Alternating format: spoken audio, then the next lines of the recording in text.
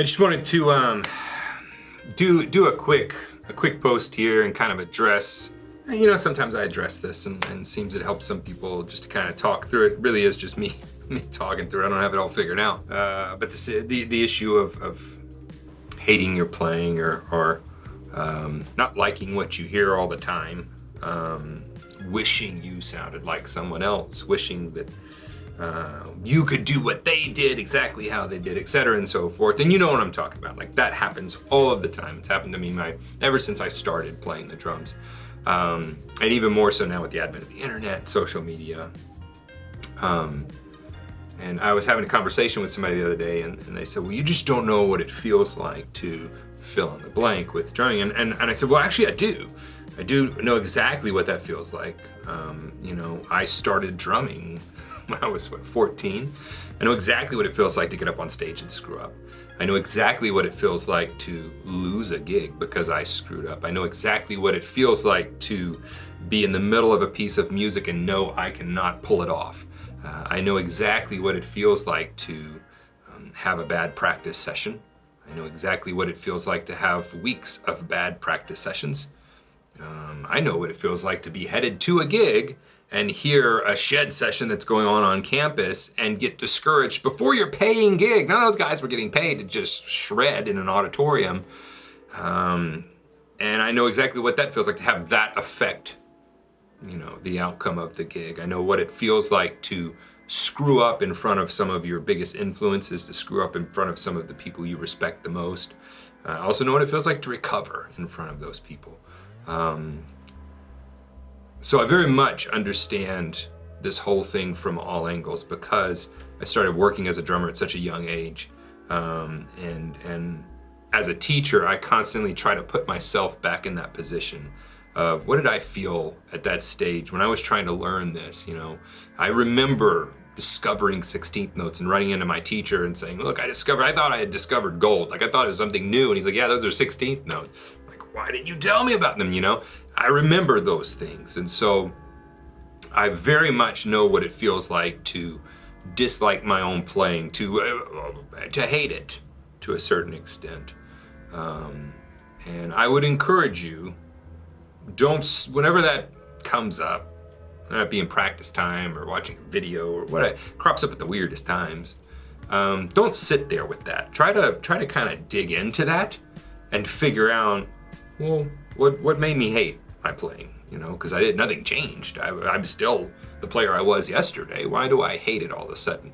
Dig into that. Are you busy trying to compare yourself to someone else because you want to be just like them? Do you need some food? Like, that's a real thing. Like low blood sugar, that's a real thing, you know? Do you need some sleep?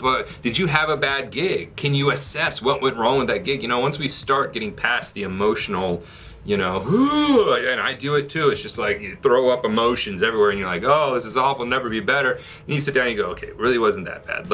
So get out a sheet of paper and a pencil and write down, like, why? Why do I hate it? And don't use emotional terms. Use factual terms. Well, and use things like, I don't like my playing right now because, and put it down. And you'll find that some of them are really shallow reasons. And many times it just boils down to one or two things. I remember I got done with a gig one time and I hated the whole night. And I started to assess things.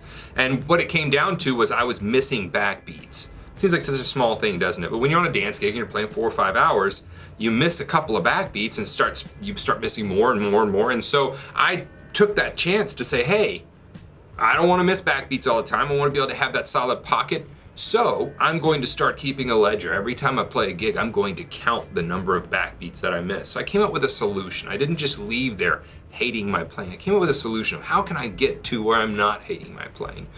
And we really have to get to a place to where we accept our voice on the instrument. You don't need to sound like anybody else. Let me just say that. You don't want to sound like someone else because we have one of them. We have an Antonio Sanchez, right? We don't need you to sound like him. We have a Jojo Mayer. We don't need you to sound like him. We have a Benny Greb. You don't need to sound like Benny Greb. You need to sound like you, and I need to sound like me, and that's different. It's different for different people. We have different strengths. We have different weaknesses. But if you know your strengths and then you develop your weaknesses, or ignore your weaknesses and develop those strengths more, you come out as a very unique player. If Steve Gadd had come up wanting to sound just like, Art Blakey or Elvin Jones from back in the day, just like them, everything just like them, we wouldn't have Steve Gadd, right? And it's the same thing with you. Who's to say that you can't make the musical imprint that Steve Gadd made on drumming in your own distinct way? So I would encourage you, don't stop at that thing. We all get the feeling of hating, disliking our playing, but don't let that be a permanent state that you stay at. Let it be just a starting point for you to really sit down and go, what do I hate about it right now? Why do I hate about it? What are the steps I can do to fix that? And maybe that's going to someone else. I've had times in my life I need to go to someone else and say, hey, can you help me figure out what's going on with my playing? I need to figure this out. And I've had lots of discussions with professionals at the top of the game.